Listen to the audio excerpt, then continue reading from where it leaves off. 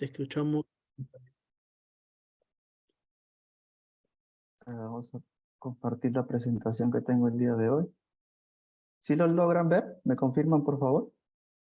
Sí, correcto, se logra visualizar en la diapo 11. Así es, voy a poner en la 1.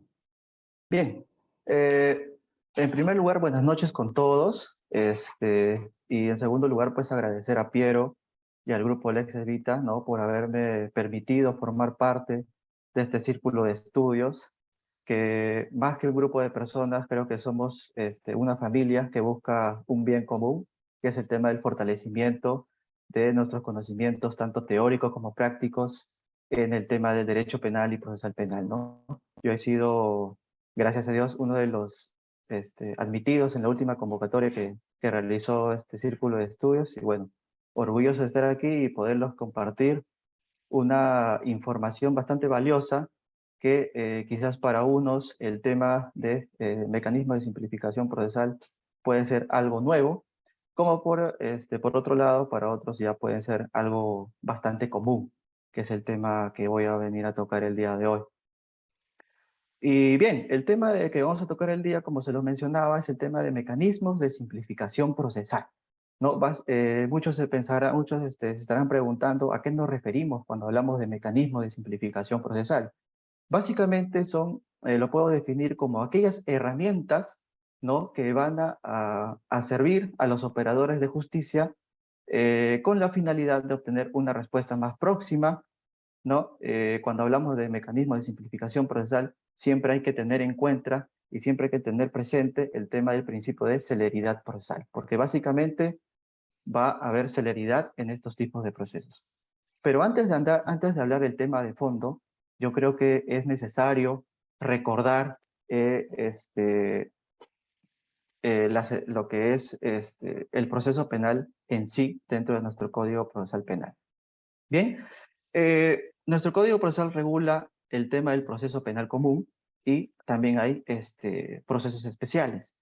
Dentro de las etapas del proceso común tenemos tres subetapas, ¿no? Tenemos lo que es la investigación preparatoria, tenemos la etapa de investigación, de la etapa intermedia, disculpe, y la etapa de juicio o de juzgamiento, ¿no? Dentro de la etapa de lo que llamamos investigación preparatoria, se va a subdividir en dos etapas, que básicamente va a ser una etapa dentro de lo que se llama diligencias preliminares y la otra etapa con relación a la investigación propiamente dicha. ¿Qué efectos o qué escenarios pueden suceder dentro de esta etapa? En la investigación preliminar, que tiene como objetivo el recabar aquellos actos urgentes inaplazables, puede el fiscal, una vez culminadas dichas diligencias, o bien emitir la disposición que dispone el archivo de la investigación, o en su defecto, el tema de la formalización y continuación de la investigación preparatoria. En el caso de que el fiscal haya señalado el tema del archivo, la parte agraviada tiene la facultad de interponer el recurso de elevación de actuados, o lo que antiguamente se llamaba como recurso de queja. Estos actuados pues serán elevados al fiscal superior, y el fiscal superior podrá resolver señalando si se encuentra conforme con la disposición de archivo, o en su defecto ordenar que se actúen ciertos actos de investigación y por siguiente se amplíe la investigación, ¿no? Por otro lado, también tenemos en el caso de que una vez culminadas las diligencias preliminares, el fiscal tiene la potestad de formalizar la investigación preparatoria. Al momento de formalizar la investigación preparatoria, ya nos encontramos en una etapa del proceso penal común. ¿Y cuándo se termina la etapa o cuándo concluye la etapa de investigación preparatoria? Va a culminar una vez que el fiscal haya emitido lo que llamamos la disposición de conclusión y haya solicitado el requerimiento correspondiente ante el juez de investigación preparatoria. Que el juez de investigación preparatoria va a tener el rol de garante durante el transcurso de la investigación y durante la etapa intermedia, ¿no? El fiscal, hay que recordar que el fiscal puede disponer tres tipos de requerimientos, ¿no? Una vez culminada la investigación preparatoria. Tenemos, o bien el fiscal puede presentar un requerimiento acusatorio, puede presentar un requerimiento de sobreseimiento, o en su caso puede pedir un requerimiento mixto, ¿no? Por una parte acusa y por una parte sobresee. Sea cual sea el requerimiento que haya dispuesto, el juez de investigación preparatoria obviamente va a correr traslado a las partes con el requerimiento para que planteen las excepciones, ¿no? Se planteen en sí los técnicos de los medios técnicos de defensa que ya han sido pues, desarrollados por el doctor Piero ahora, ¿no? Y esta etapa de intermedia pues va a culminar con lo que llamamos el auto de enjuiciamiento. El auto de enjuiciamiento, cuando se disponga esta resolución, ya no estaremos ya en la etapa intermedia, sino estaremos ya en la etapa de juicio oral, ¿no? Dado que ante la emisión de esta resolución, el juez de investigación preparatoria remitirá los actuados al juez unipersonal o en su defecto al juez colegiado, ¿no? Y bien, ya nos encontramos así ya en la última etapa, que es la etapa de juicio oral. El juicio oral pues comenzará con el tema de los alegatos de apertura, ¿no? Y pues va a culminar con el tema de los alegatos de clausura, que posteriormente también se dictará la sentencia correspondiente, ¿no? Ya sea una sentencia condenatoria o una sentencia absolutoria. Pero así como hay un proceso penal común, también hay un proceso, también es lo que se llama los procesos especiales. Y dentro de esos procesos especiales hay algunos procesos que van a ser el día de hoy tocados por mi persona, que son llamados mecanismos de simplificación procesal. Pues como ya lo había mencionado, estos mecanismos son aquellas herramientas que van a servir a los operadores de justicia para poner una respuesta mucho más próxima, ¿no? Y bien, hay que tener en cuenta también que este tema es bastante extenso, ¿no? Dado que no estamos hablando de uno, o de dos, o de tres, estamos hablando de 5 herramientas de simplificación procesal, que el uno explayarse detalladamente uno por uno, creo que nos conllevaría, creo que toda la noche y nos perderíamos la final del partido del día de hoy de nuestro fútbol peruano, ¿no? Yo creo que todos estamos atentos con eso. Pero bueno, les he hecho una presentación bastante sencilla, un poco más teórica que práctica, con unos aspectos básicos creo que es necesario siempre tener en cuenta al momento de nosotros dirigirnos a estos mecanismos. Bien, como primer mecanismo de simplificación procesal vamos a tener a lo que llamamos la acusación directa. Luego vamos a hablar respecto al tema del proceso inmediato. Vamos también a hablar del tema de la terminación anticipada, la conclusión anticipada y el tema de proceso por colaboración eficaz. Bien, sin más estrago vamos a pasar con el tema de la acusación directa, ¿no? ¿A qué nos referimos nosotros cuando hablamos de acusación directa? Siempre en la práctica siempre se observa más el tema de la acusación. Vamos a llamarlo acusación común, por ejemplo, para no confundirnos con la acusación directa, ¿no? Que es la acusación común, se va a plantear, se va a dar la oportunidad una vez que se haya culminado la investigación preparatoria. Contrario va a ser la acusación directa. La acusación directa se va a presentar por parte del Ministerio Público, representante del Ministerio Público, quien va a ser el titular de la acción penal, en que una vez culminada la etapa de investigación preliminar, el fiscal va a tener la oportunidad de emitir el recurso, el requerimiento de acusación directa. Con esta herramienta, básicamente lo que el fiscal está realizando es hacer un salto de una etapa hacia la otra. En sencillas palabras, a través de la acusación directa, se omite lo que llamamos la investigación preparatoria propiamente dicha. A través de la acusación directa nos vamos a ir directamente a la etapa intermedia. ¿Bien? ¿Y dónde lo encontramos? ¿En qué artículo lo podemos encontrar este mecanismo de simplificación procesal. Lo encontramos en nuestro inciso 4, artículo 336 del Código Procesal Penal, en las cuales nos señala, el fiscal, si considera que de las diligencias actuadas preliminarmente establecen suficientemente la realidad del delito y la intervención del imputado en su comisión, podrá formular directamente la acusación. Y una vez que el fiscal requiera esta acusación directa, va a ser el juez de investigación preparatoria quien va a ejercer el control respectivo, ¿no? Las reglas de la acusación directa con la acusación común, se le puede llamar, va a ser las mismas reglas, ¿no? que de la etapa intermedia, ¿no? Se van a plantear el tema de las cuestiones formales, cuestiones sustanciales de la acusación, así como también el tema se puede plantear todos los medios técnicos de defensa que consideren pertinentes dentro del transcurso de 10 días en las que se le corre traslado a esta acusación directa. Hay que tener en cuenta también que la acusación directa, al saltarse, ¿no?, una etapa procesal, que es la investigación preparatoria, el agraviado tiene la oportunidad, en el momento que se le corre traslado, en constituirse en actor civil. Porque claro, como ya no tenemos investigación preparatoria, es en esa oportunidad en la que se tiene que constituir en actor civil. Vamos a pasar con el tema un poquito más rápido, con el tema del trámite. Como se los mencionaba, ¿no? Una vez finalizada la investigación preliminar, el fiscal va a emitir su requerimiento acusatorio.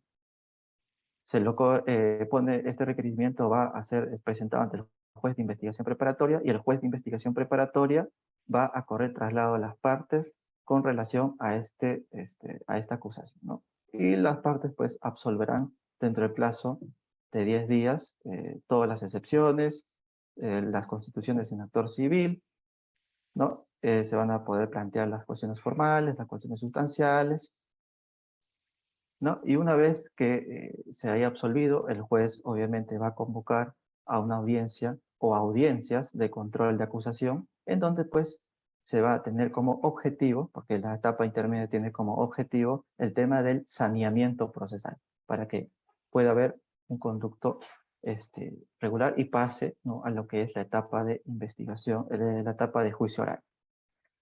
Con relación al tema del derecho de defensa, ¿no? El derecho de defensa va a ser, pues, se va a materializar cuando el juez de investigación preparatoria corra traslado de la acusación en sí, y el imputado, pues, va a tener esa posibilidad de plantear excepciones, de deducir el control formal, control sustancial, etc.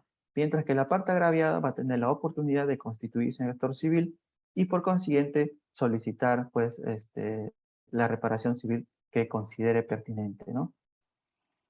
La acusación directa va a también surtir efectos, ¿no? Yo diría un poquito efectos negativos. ¿En qué sentido?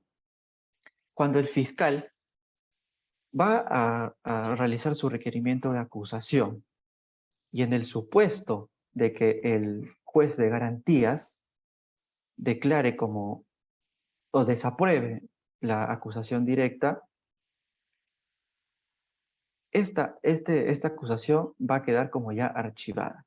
¿Por qué? Porque el juez de garantías puede advertir de que pues puede haber alguna causal de sobrecimiento, ¿no? Puede ser de que en las audiencias de control de acusación se pueda observar de que estamos ante una situación de atipicidad, o podríamos estar ante una situación de justificación, o en su defecto puede existir de que la acción penal quizás ya haya prescrito, o que el hecho típico no se le puede atribuir penalmente al imputado que se le está requiriendo la acusación directa. Entonces, ante esas situaciones, el juez de garantías puede desaprobar el tema del requerimiento de acusación directa. Ante esa desaprobación, el fiscal tiene la posibilidad de formular la apelación correspondiente.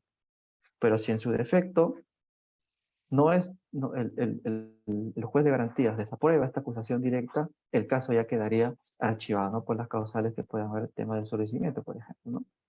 Ya no hay posibilidad, o el fiscal ya no tiene posibilidad de que ante alguna negativa pueda, digamos, él formalizar y continuar la investigación preparatoria. Cosa curiosa que pasa con otro proceso que vamos a tocar luego de este, ¿no? Y bien, básicamente eso es el tema de la acusación directa, ¿no? Que como es un tema de simplificación, dado que se va a saltar una etapa a la otra, ¿no?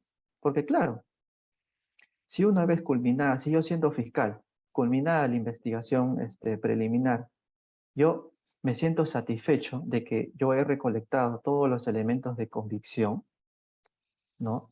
De que se ha identificado al autor, la pena no ha prescrito, tengo todos los elementos de convicción que para mí, a mi sano juicio, me son suficientes para sustentar mi teoría del caso ante el juzgado correspondiente. Entonces, esa es la esencia de este mecanismo, ¿no? De que ya no haya la necesidad de que si tú ya tienes todos los elementos que ya son suficientes, ya acusando juicio, ya no tienes otros actos que realizar, sería innecesario el tema de formalizar la investigación preparatoria propiamente dicha, porque ya no tendrías ningún acto de investigación que practicar, ¿no? Entonces, ante ello, se ha presentado este tema de la acusación directa, ¿no? Y luego, y bien, ¿no? Ya dejando de lado el tema de la acusación directa, vamos a hablar lo que es el proceso inmediato. Que el proceso inmediato es un proceso especial, ¿no? Y que se centra en abreviar no solamente una etapa del proceso penal como lo era la acusación directa, sino se va a abreviar dos etapas en sí. Y esas dos etapas que se va a abreviar es la etapa de investigación preparatoria y es la etapa intermedia, ¿no? Este proceso inmediato lo vamos a encontrar regulada en el artículo 446 al artículo 448 de nuestro Código Procesal Penal. Y esto señala, el artículo 456, inciso 1, va a señalar los supuestos, ¿no? En las que se va a someter el tema del proceso inmediato. Y uno de ellos es que el imputado ha sido sorprendido y se haya detenido en flagrante delito. El imputado, o otro supuesto, el que el imputado ha confesado la comisión del delito. Y por último, el tema de los elementos que durante las diligencias de investigación preliminar, los elementos recolectados son evidentes. Hay que tener en cuenta de que el proceso inmediato ante situaciones de flagrancia, hay tipos de flagrancia, ¿no? Tenemos tres tipos de flagrancia, que es la flagrancia estricta, por una parte, tenemos también la flagrancia, la cuasi flagrancia, y tenemos también la presunta flagrancia, cada una con una característica distinta, ¿no? Cuando hablamos nosotros de flagrancia estricta, básicamente es aquel momento en que se detiene a una persona en el instante en que haya cometido el delito. Es decir, te ha atrapado en el mismo momento en que estás realizando el hecho criminal, ¿no? Te atrapé en las manos en la masa. Cuando hablamos nosotros de cuasi flagrancia, ¿no? Es aquel momento en que se te detiene, no en el mismo hecho de la realización del hecho criminal, pero luego sí se te atrapa, ¿no? Es como decir por casi y te atrapa en el mismo momento. Hay que tener en cuenta que para la cuasifragrancia hay ciertos mecanismos de determinación, ¿no? Porque puede ser reconocido, ¿no? Por la parte agraviada, ¿no? O por el hecho de una persona directa, o en su defecto haya sido reconocido por el uso de medios tecnológicos, ¿no? Por ejemplo, de las cámaras de seguridad. Cuando hacemos referencia al tema de la presunta flagrancia, se va a hacer referencia a que se va a detener a cierta persona, ¿no? Con unas características que pueda tener, pero que no se sabe con certeza si es que esa persona haya o no realizado el hecho criminal, ¿no? Por eso se le llama presunta flagrancia, porque se presume, ¿no? De que haya sido, ¿no? Quien haya cometido en sí el hecho delictuoso. El proceso inmediato tiene un procedimiento en sí, ¿no? Y se da en dos oportunidades. La primera oportunidad, una vez finalizada la investigación preliminar, no puede el fiscal incoar al proceso inmediato. Luego, tiene otra oportunidad en presentar este proceso inmediato una vez que se haya formalizado y que dentro de esa formalización no exceda de los 30 días. En cualquiera de estos dos supuestos, se va a remitir dicha solicitud, ¿no? Ante el juez de investigación preparatoria, ¿no? ¿No? Porque este va a ser el primer filtro de procedibilidad con respecto a la admisión o no del requerimiento de incoación al proceso inmediato, ¿no? Ahí se va a determinar si efectivamente, si fue en caso de flagrancia, en qué tipo de flagrancia está, si es que realmente se tienen todos los elementos de convicción necesarios, entre otros aspectos. Y se va a correr traslado a las partes de esta solicitud de incoación al proceso inmediato, y básicamente van a haber dos efectos, ¿no? O bien el fiscal, o bien el juez de investigación preparatoria va a declarar fundado el dicho requerimiento, o en su defecto va a declarar infundado el requerimiento.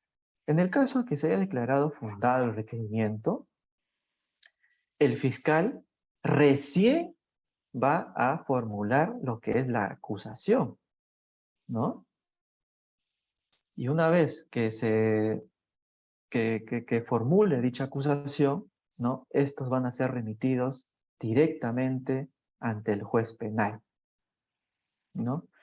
Y este juez penal pues va a dictar el auto de enjuiciamiento y a su vez la citación a juicio, ¿no? Cuando se llegue a juicio se va a desarrollar el tema de la audiencia, ¿no? Una audiencia única. En el otro caso, en que se haya declarado infundado el requerimiento de incoación al proceso inmediato, ¿no? Se va a, por una parte, se va a formalizar la investigación preparatoria, o en el caso en que ya se haya formalizado, se va a continuar con la investigación preparatoria, ¿no? Es decir, si el proceso inmediato es rechazado, el proceso de incoación inmediato es rechazado, se va a continuar con las mismas reglas del proceso común, ¿no? Es decir, va a haber una etapa de investigación preparatoria, una etapa intermedia y otra etapa de juicio oral.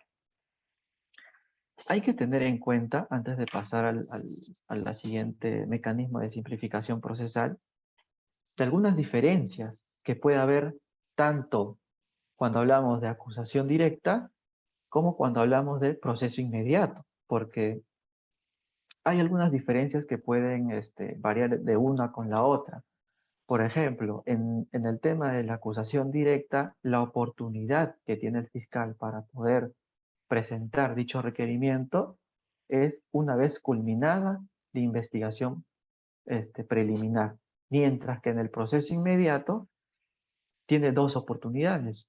Lo solicita esta incoación una vez finalizadas las diligencias preliminares, o en su defecto, cuando se haya culminado, cuando se haya formalizado y que esta formalización no exceda el plazo de los 30 días, ¿no? Entonces, hay dos oportunidades para el proceso inmediato, mientras que en el proceso de acusación directa solamente va a haber una oportunidad para someterse, ¿no? Otra diferencia que hay de una con la otra es que en la acusación directa lo que va a haber es un salto, pero solamente un salto que es se va a omitir el tema de la investigación preparatoria, mientras que en el proceso inmediato no se va a saltar solamente la investigación preparatoria, sino también se va a saltar lo que es la etapa intermedia, pasando directamente a juicio. Pero obviamente, antes de ello, va a pasar por ciertos controles, ¿no? De procedibilidad de la incoación al proceso inmediato. Hay que tener en cuenta también, ¿no? Con relación a sus efectos. Mientras que hablamos nosotros de acusación directa, el desaprobación de dicho requerimiento conlleva al archivo del caso en sí, mientras que en el proceso inmediato hay la posibilidad de continuar con la investigación, tanto de formalizarla como la de continuar con la investigación que ya se encuentra formalizada. Hay que también tener en cuenta que una de las características que tiene el proceso inmediato es el tema de la simplicidad procesal. Es decir, caso simple, caso que se debería de someter a un proceso inmediato, ¿no? Por ejemplo, el tema de la omisión a la asistencia familiar, ¿no?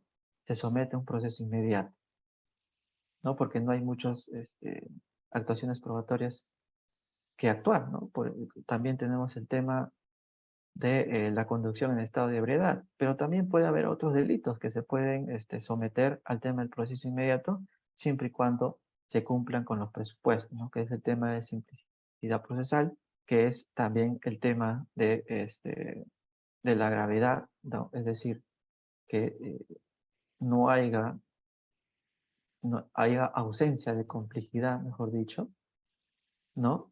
Tiene que haber una ausencia de complejidad, porque claro, no nos vamos a someter pues a un proceso inmediato de una organización criminal, por ejemplo, ¿no? Porque en sí, por su propia naturaleza, reviste de complejidad. Entonces, todo tema de proceso inmediato siempre tiene que haber la simplicidad procesal, ¿no? Creo que se caracteriza, ¿no? Más allá de la recolección más allá del tema de la confesión, el tema de los elementos de convicción evidentes, ¿no? Más es un tema de simplicidad y el tema de evitar la complejidad del proceso inmediato. Bien, vamos a hablar ahora respecto al tema del proceso de terminación anticipada. ¿A qué nos referimos nosotros cuando hablamos de terminación anticipada, ¿no? Básicamente también este es un mecanismo, una herramienta, ¿no? Que va a ser utilizada también en una sola oportunidad. ¿Y en qué oportunidad se va a utilizar este proceso de terminación anticipada? Se va a utilizar en la etapa de investigación preparatoria, dentro de lo que es la etapa de investigación preparatoria, ¿no? Básicamente, la finalidad que tiene el someterse a este proceso de terminación anticipada por parte del imputado es lograr una justicia un poco más rápida, ¿no? Porque a través de la sentencia anticipada vamos a tener lo que es una sentencia. Bien, cuando uno se somete al tema de la terminación anticipada, obviamente el imputado va a recibir un beneficio, ¿no? Que es la reducción de la pena, que puede llegar hasta un sexto, ¿no? Este proceso de terminación anticipada lo vamos a poder encontrar regulado, ¿no? Desde el artículo 468 al artículo 471 del nuevo Código Procesal Penal. Y pues hay personas que se encuentran legitimadas, ¿no? Puede ser que el fiscal solicite el tema de la terminación anticipada o en su defecto lo puede solicitar el fiscal o en todo caso lo va a solicitar de manera conjunta, ¿no? Tanto el fiscal como el imputado. Ahora, dentro de la terminación anticipada, lo que se va a llegar al acuerdo, a ese consenso, es básicamente tres puntos en concreto, ¿no? Que vamos a tener por una parte el tema de los hechos, el tema del reconocimiento de los hechos, el tema de la determinación de la pena y el tema de la reparación civil, ¿no? Esos tres aspectos se van a consensuar a fin de tener una terminación anticipada, ¿no? El procedimiento de este proceso de determinación anticipada básicamente va a ser planteada, ¿no?, dentro de la investigación preparatoria, ¿no? Esta solicitud va a ser presentada ante el juez de investigación preparatoria, que va también a llevar el control respecto a este acuerdo. Y dentro de este acuerdo se va a convocar una audiencia. Esa audiencia puede tener un efecto positivo como puede tener un efecto negativo, ¿no? En el caso que haya un efecto negativo, es decir, no se llega a un acuerdo, no haya habido un acuerdo, la investigación va a seguir su camino, ¿no? Mientras que si hay un acuerdo positivo, se va a emitir la sentencia correspondiente dentro del plazo de 48 horas. En el caso, ¿no?, de que se haya llegado a un acuerdo, el juez de garantías haya procedido con el control correspondiente, ¿no? Y la parte agraviada tiene o en este caso el actor civil, tiene la posibilidad de interponer el recurso de apelación, ¿no? Porque puede ser de que en este acuerdo de terminación anticipada, la parte de la parte de actor civil, ¿no?, se encuentre disconforme quizás con el tema de la reparación civil, ¿no? Porque se ha constituido en actor civil, ha solicitado un monto de 10.000 soles, pero en el acuerdo se llega a un pago de 1.000 soles por reparación civil. Entonces, ante esa resolución, puede la parte agraviada apelar, ¿no?, con relación al tema de la reparación civil. Y básicamente, eso es lo que es el tema del proceso de terminación anticipada. Luego del proceso de terminación anticipada, vamos a hablar respecto a lo que es la conclusión anticipada, que a diferencia de la terminación anticipada se va a plantear dentro de la etapa de investigación preparatoria y a través del sometimiento de la terminación anticipada en la etapa de investigación, pues obviamente ya no va a existir el tema intermedio, la etapa intermedia y la etapa de juicio oral. Solamente culminaría en la etapa de investigación preparatoria, ¿no? En la etapa de conclusión anticipada, a diferencia de la terminación, se va a plantear en la etapa ya de juicio oral. Es decir, ya nos encontramos en la tercera etapa del proceso penal común, ¿no? Y esto se va a dar eh, dentro de lo que es el esquema del juicio oral, ¿no? Porque dentro del juicio oral tenemos la etapa de periodo inicial en donde se va a realizar los alegatos de apertura, el periodo probatorio, ¿no?, de donde se van a actuar tanto se va a actuar el tema testimonial, el tema de la actuación probatoria de los documentales, etcétera, ¿no? Y tenemos un periodo decisorio, ¿no?, que va a culminar con el tema de los alegatos de apertura y posteriormente la sentencia.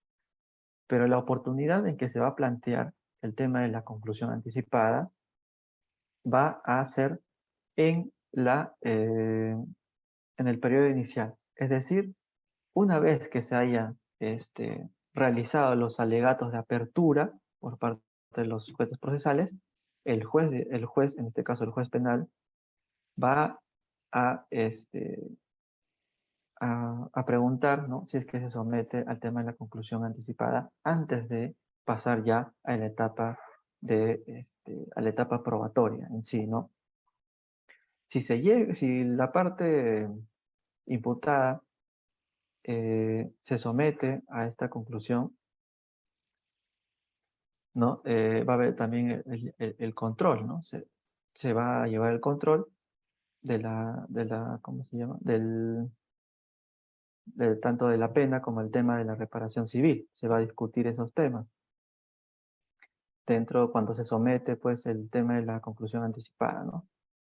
Y hay tipos de sentencia conformada. Bien, tenemos de manera subjetiva, que hace referencia a las personas, a los imputados, y de manera objetiva, ¿no? Que es el tema tanto de las pretensiones, ¿no? Que viene a ser civil y una pretensión penal.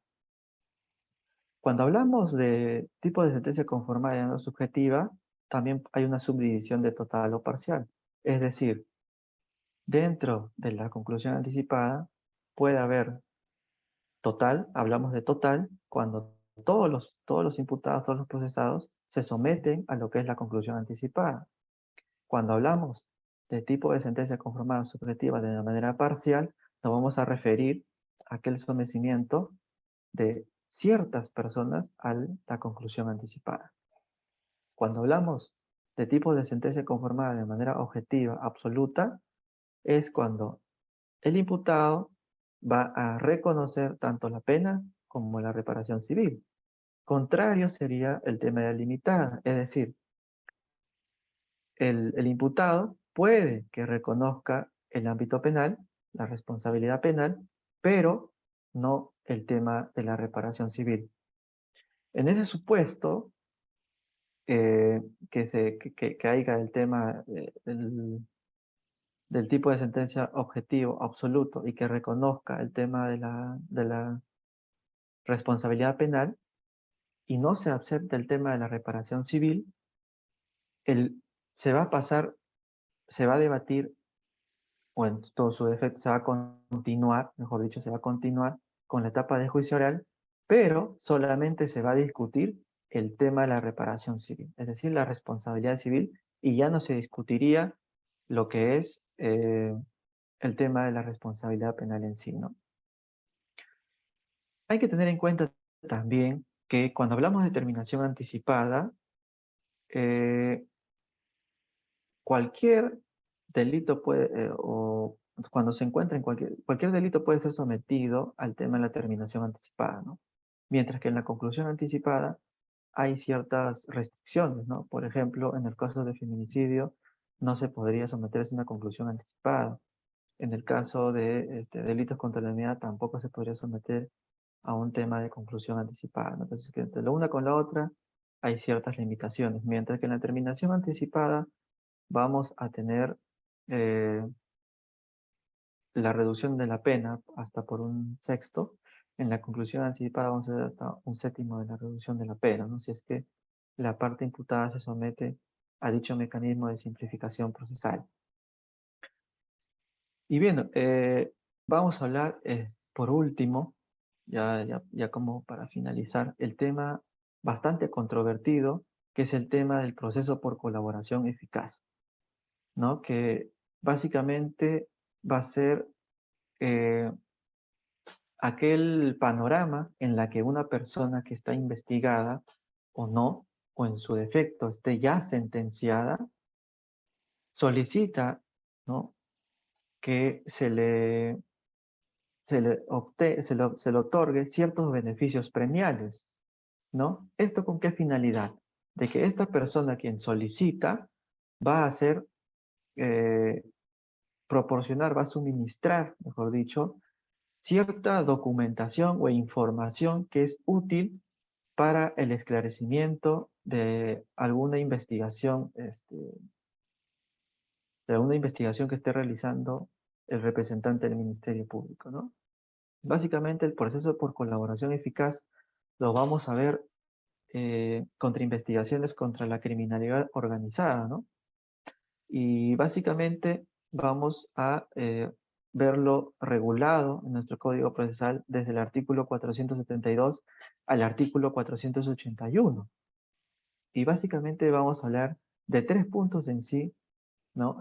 Bastante sencillo, que viene a ser el tema de los objetivos, el tema de los requisitos y el tema de los beneficios. ¿Qué objetivos pueden haber cuando uno eh, da por someterse al tema del proceso de colaboración eficaz? ¿O cuáles son los objetivos del proceso por colaboración eficaz? Uno de ellos es el tema de la identificación del autor o los autores, ¿no? De las personas que están cometiendo el ilícito criminal por organización criminal. El tema, también, otro de los objetivos que tiene este proceso es la de dejar de que continúen, ¿no?, la ejecución de un ilícito penal, así como también la incautación, ¿no?, de todos aquellos ganancias ilícitas o bienes que han sido adquiridos a través de dinero ilícito, ¿no? O también otro de los objetivos es la de conocer cómo es que opera esta organización criminal que se dedica obviamente a cometer ilícitos penales, ¿no? ¿Y qué requisitos es lo que tengo que yo tener mínimamente para poder someterme a un proceso por colaboración eficaz? Básicamente son tres, ¿no? Que la persona que se someta al tema del proceso por colaboración eficaz, obviamente, tiene que haber dejado de perpetrar dicho delito, ¿no? Otro de los supuestos es que se haya eh, reconocido, ¿no?, los hechos que se le imputan. Y como un tercer requisito es el tema de, de suministrar toda la información al representante del Ministerio Público. Pero esa suministración de yo información, de que yo te doy algo a cambio de otra cosa, va a tener ciertos beneficios. Y esos beneficios que va a otorgar al someterse a este tema del proceso por colaboración eficaz, básicamente son varias, ¿no? Una de ellas es la extinción de la acción penal. Se te puede extinguir la acción penal. O en su efecto puede haber una disminución de la mitad de la pena, puede haber también, ¿no? También puede haber el tema de en el caso de los sentenciados, una persona que esté ya sentenciada y que se someta al proceso por colaboración eficaz, puede tener la suspensión de la ejecución de su pena. Otro de los beneficios que tiene pues este proceso por colaboración eficaz es el tema de la conversión de la pena, ¿no? De la pena privativa letal a quizás a una pena multa, por ejemplo, ¿no? Hay que también tener en cuenta de que el proceso por colaboración eficaz, ¿no?, pasa por un filtro de verificación que le va a realizar el representante del Ministerio Público, ¿no? Yo solicito, el fiscal va a verificar si efectivamente dichos documentación, información es o no certera, ¿no? Si es certera, obviamente se le va a hacer el cambio, ¿no? Me das esto, yo te doy esto.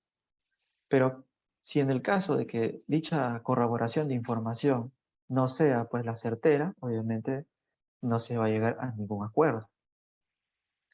En el caso de que se llegue a un acuerdo, va a pasar por un control judicial, ¿no? Este acta de este acta de colaboración eficaz va a ser remitido, ¿no?, ante el juez de investigación preparatoria para que haga el control correspondiente de los acuerdos, de los términos en que se ha llegado, ¿no?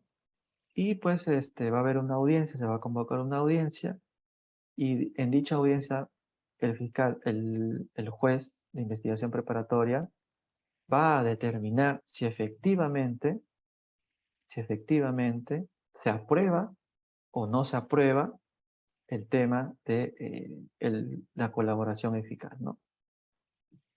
En el caso que se apruebe, se va a, se va a dictar la sentencia correspondiente y en dicha sentencia se va a, más allá de los términos que puedan llegar al acuerdo, también se van a señalar, el juez también va a señalar ciertas obligaciones que el colaborador va a tener que seguir, ¿no? ¿Y cuáles son esas obligaciones? Bueno, una de ellas es que quizás no sea ausente, ¿no? Puede haber una obligación de que no sea ausente del domicilio que haya declarado, por ejemplo, ¿no? ¿No? De que se abstenga en la comisión de algún hecho delictivo, ¿no?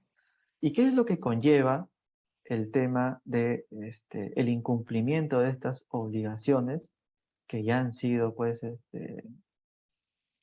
dispuestas por el juez de investigación preparatoria? Básicamente va a ser el tema de los beneficios. Ante algún incumplimiento de las obligaciones que señale el juez de investigación preparatoria, que puede variar, a pedido del fiscal, puede solicitar al mismo juez que ha aprobado este acuerdo de colaboración eficaz el tema de se revoca el tema de los beneficios no premiales, los beneficios especiales, ¿no? Claro. Y bueno, esto es todo con relación al tema de los mecanismos de simplificación procesal, que lo he tratado pues de poder resumir cada uno de ellos, pues dada la complejidad que tiene cada uno, pues creo que nos llevaría toda la noche de manera detallada señalar cada uno, ¿no? de los subtemas que puedan tener cada uno de ellos, ¿no? Pero bien, a manera de conclusión, cuando hablamos de mecanismos de simplificación procesal, y lo vuelvo a repetir, tenemos que hacernos la idea de que aquí va a haber celeridad en el caso, de que aquí va a haber herramientas que van a servir para simplificar ciertas etapas del proceso penal con la finalidad de obtener una respuesta un poquito más célere, ¿no? Y bueno, Piero, ese es todo por parte mía en este breve lapso de tiempo, ¿no? Yo espero que haya quedado un poco claro respecto al tema de los mecanismos, haya habido una retroalimentación con con estas herramientas, ¿no? Yo gustoso de que si es que hay alguna pregunta, poder absolverla. Muchas gracias.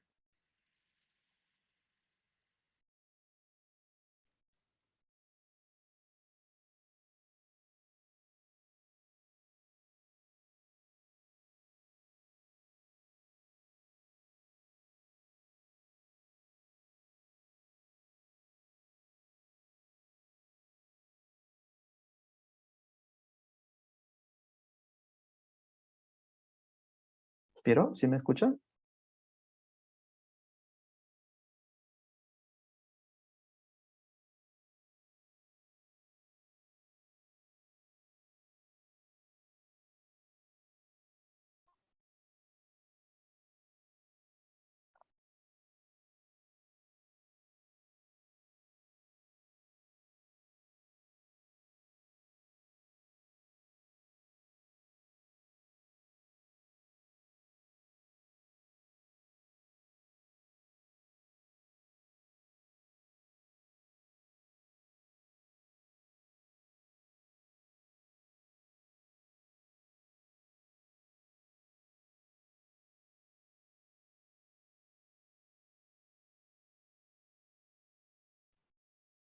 Piero, ¿se me escucha? Ya me estoy asustando.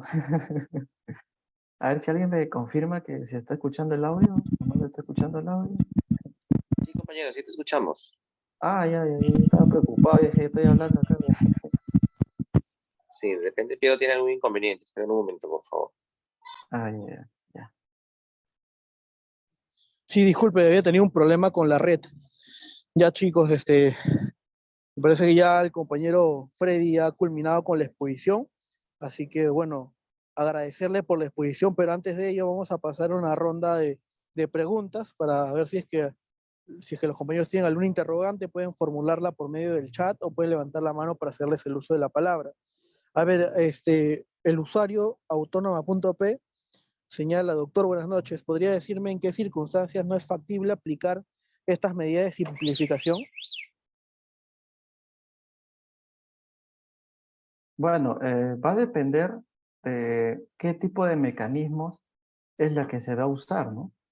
Por ejemplo, si hablamos de una acusación directa, el mecanismo de acusación directa, el fiscal va a tener que tener en cuenta de que dentro de la etapa de investigación preliminar haya satisfecho todos los presupuestos que señala nuestro código, como por ejemplo el tema de la identificación del autor, que la acción penal no haya prescrito, ¿no? Que hayan suficientes elementos de convicción, ¿no? Entre otros aspectos.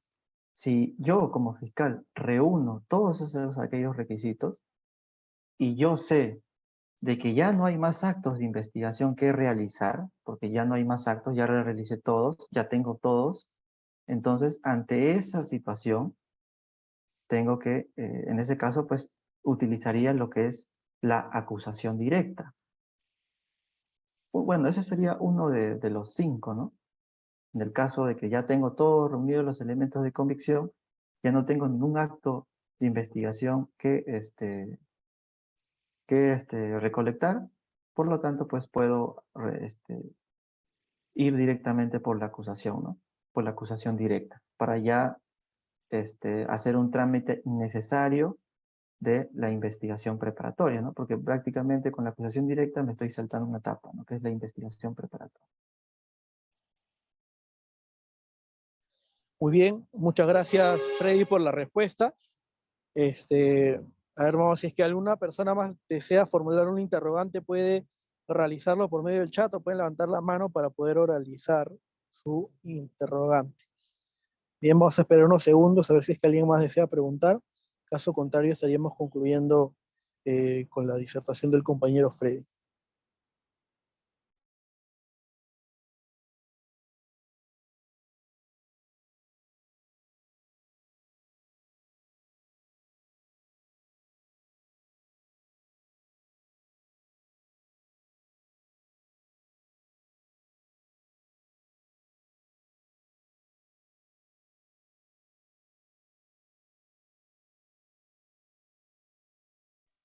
Muy bien, entiendo que todo ha quedado bastante claro. Agradecerle nuevamente al colega Freddy por la excelente disertación. Ha quedado muy clara la exposición, bastante preciso, bastante interesante el tema que nos ha podido compartir respecto a los mecanismos de simplificación procesal.